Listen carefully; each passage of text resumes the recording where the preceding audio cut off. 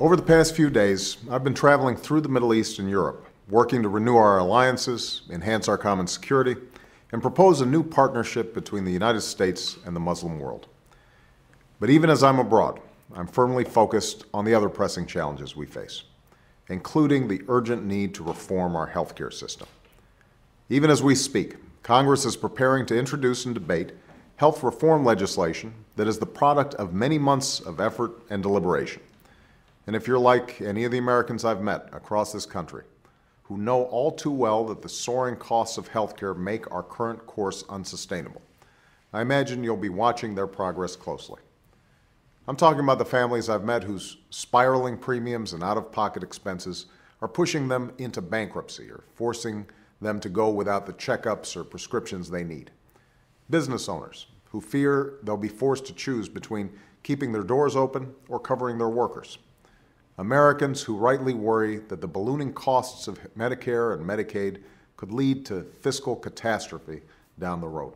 Simply put, the status quo is broken. We cannot continue this way. If we do nothing, everyone's health care will be put in jeopardy. Within a decade, we'll spend $1 out of every 5 we earn on health care, and we'll keep getting less for our money. And that's why fixing what's wrong with our healthcare system is no longer a luxury we hope to achieve. It's a necessity we cannot postpone any longer. The growing consensus around that reality has led an unprecedented coalition to come together for change. Unlike past attempts at reforming our healthcare system, everyone is at the table: patients, advocates, and health insurers, business and labor, Democrats and Republicans alike. A few weeks ago, some of these improbable allies committed to cut national health care spending by $2 trillion over the next decade.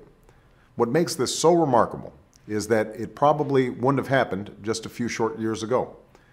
But today, at this historic juncture, even old adversaries are united around the same goal: quality, affordable health care for all Americans. Now, I know that when you bring together disparate groups with differing views, there will be lively debate, and that's a debate I welcome. But what we can't accept is reform that just invests more money in the status quo. Reform that throws good money after bad habits. Instead, we must attack the root causes of skyrocketing healthcare costs. Now, some of these costs are the result of unwarranted profiteering that has no place in our healthcare system. And in too many communities, folks are paying higher costs without receiving better care in return. And yet we know, for example, that there are places like the Mayo Clinic in Minnesota, the Cleveland Clinic in Ohio, and other institutions that offer some of the highest quality of care in the nation at some of the lowest costs in the nation. We should learn from their successes and promote the best practices, not the most expensive ones. That's how we'll achieve reform that fixes what doesn't work and builds on what does. This week, I conveyed to Congress my belief that any healthcare reform must be built around fundamental reforms that lower costs, improve quality and coverage, and also protect consumer choice. And that means if you like the plan you have, you can keep it. If you like the doctor you have, you can keep your doctor too. The only change you'll see are falling costs as our reforms take hold.